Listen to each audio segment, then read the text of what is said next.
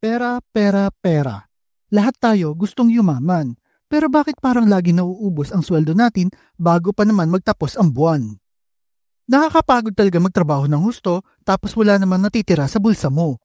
Minsan iniisip natin, saan ba talaga napupunta ang pera ko? Kung ikaw ay nakakaranas ng ganitong sitwasyon, hindi ka nag-iisa. Marami sa ating mga Pinoy ang nakakaranas ng financial struggles. Pero hindi naman ibig sabihin na wala tayong magagawa. Kaya sa video na ito, bibigyan kita ng 8 tips para hindi maubos ang pera mo at mas magkaroon ka ng control sa iyong mga finances. Tara, simulan na natin. Una, huwag kang gumastos sa mga bagay na hindi mo kailangan. Simple lang ang tip na ito. Kung hindi mo kailangan, then huwag mong bilhin. Oo, madaling sabihin pero mahirap gawin, lalo na at tayo ay mga emotional creatures. Madalas ang mga desisyon natin sa pagbili ay dahil sa ating mga emosyon. Halimbawa, nakakita ka ng bagong sapatos sa sobrang ganda at gusto mong sumabay sa uso. Siyempre, bibilhin mo agad ito kahit meron pang 10 pares sa bahay mo. Pero bago ka bumili, tanungin mo muna ang sarili mo. Kailangan ko ba talaga ito? O ilang beses ko ba ito magagamit? At ilang oras sa trabaho ko ang kailangan ko para mabili ang bagay na ito? Ang pagiging impulsive buyer kasi ay isang dahilan kung bakit nauubos ang pera natin. Kaya bago ka mag-checkout sa online shop o mag-decide na bumili ng bagong gadget, isipin mo munang mabuti. Hindi naman kasi masama ang gumastos, pero dapat alam mo ang pagkakaiba ng needs at wants. Ang needs ay mga bagay na kailangan mo para mabuhay tulad ng pagkain, damit at bahay. Ang wants naman ay mga bagay na gusto mo lang pero hindi mo naman talaga kailangan. Tulad ng pagkakape sa labas o pag-upgrade ng bagong cellphone. Kaya next time bago ka gumastos, tanungin mo muna ang sarili mo kung worth it ba talaga ang gagastusan mo.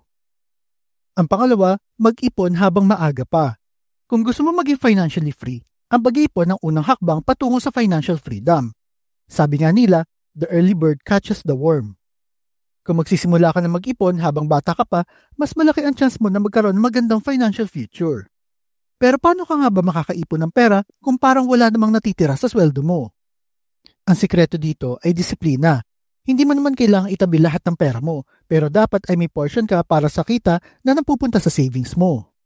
Ang isang effective na paraan ay ang 50-30-20 rule.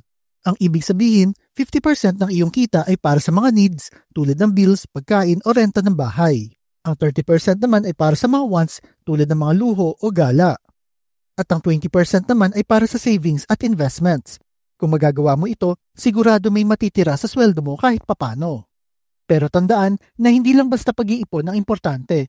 Dapat alam mo rin kung saan mo inilalagay ang pera mo. Pwede mong ilagay ito sa bangko, pero para sa akin, mas okay na ilagay mo ito sa mga digital banks na may mataas na interes o kaya naman sa mga low-risk investments. Ang importante ay may ipon ka o emergency fund din para sa mga hindi inaasahang pangyayari. Ang pangatlo, huwag ka magpa-impress sa ibang tao. Isa sa pinakamalaking dahilan kung bakit maraming tao ang naghihirap financially ay dahil na rin sa social pressure. Kadalasan gusto natin magpa-impress sa ibang tao, kaya gumagastos tayo na malaki para masabi na nakasabay tayo sa uso o social tayo. Halimbawa, nakita mo yung kaibigan mo na may bagong iPhone tapos bigla na feel mo na parang left out ka. Dahil dito, syempre bibili ka rin ng bagong iPhone kahit hindi mo naman talaga kailangan at okay pa naman yung luma. Pero tandaan mo, ang pera mo ay para sa iyo, hindi para sa ibang tao. Hindi mo kailangan gumastos para mapansin lang ng iba. Ang mga totoong kaibigan ay hindi ka nila huhusgahan base sa material na bagay na meron ka. Kaya next time bago ka gumastos, isipin mo muna, worth it ba talaga ito? Mas okay na maging praktikal kaysa magpakasosyal pero wala namang naitatabi. Ang pang-apat, huwag mong ipaalam sa lahat na may pera ka. Sa panahon ng social media, madali tayong matempt na ipagyabang ang mga bago nating biling gamit o yung pera na meron ka. Pero tandaan mo, hindi lahat na nakikita mo sa social media ay totoo. At mas importante pa, hindi mo kailangang ipaalam sa lahat na may pera ka. Bakit? Dahil kapag nilaman ng ibang tao na may pera ka, baka bigla ka na lang nilang lapitan para utangan. At kapag hindi mo sila napautang, baka sumama pa ang loob nila sa'yo at sabihan ka pa na madamot. Kaya ang mas maganda mong gawin ay maging low-key ka na lang. Hindi mo kailangang ipagmalaki ang pera mo. Mas okay na yung discreet kaysa magyabang at magdulot lang ng problema sa'yo sa huli. Tandaan mo, ang pera mo ay para sa'yo at sa pamilya mo at hindi para ipamigay sa ibang tao. Ang panglima, Huwag kang mag-invest na mag-invest kung hindi ka pa naman handang mag-risk. Maraming tao ang gusto mag-invest ngayon, pero hindi naman lahat ay handa sa risk na kasama nito. Oo, maganda mag-invest, pero dapat alam mo rin kung saan mo inilalagay ang pera mo. Huwag kang magpadala sa trends at sa mga sinasabi ng ibang tao. Dapat ikaw mismo ang mag-research at mag-decide kung ano ang best investment para sa iyo.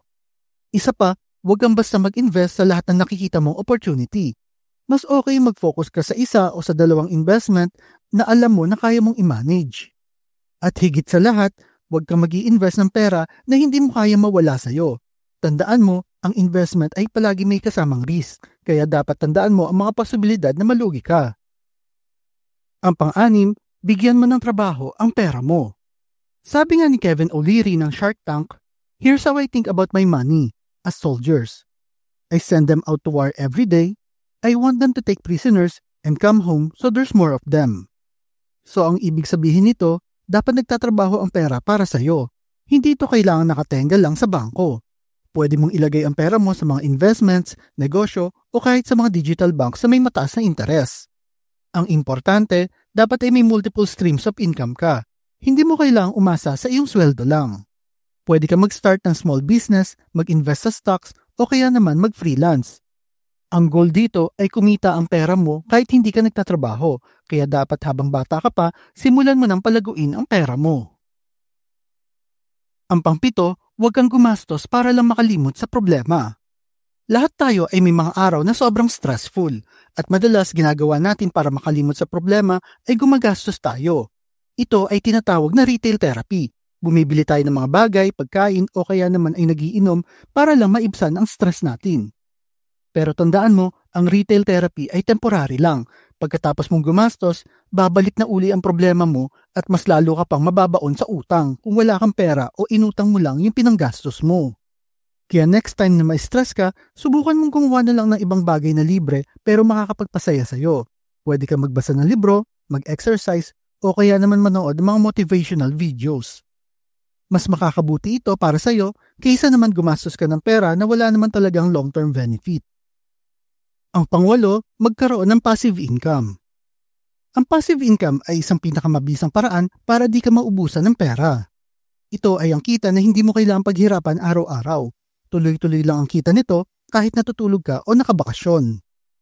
Pwede ka magkaroon ng passive income sa iba't ibang paraan tulad ng pag-i-invest sa rental properties, dividend stocks o pagbebenta ng mga digital products tulad ng e-books o online courses.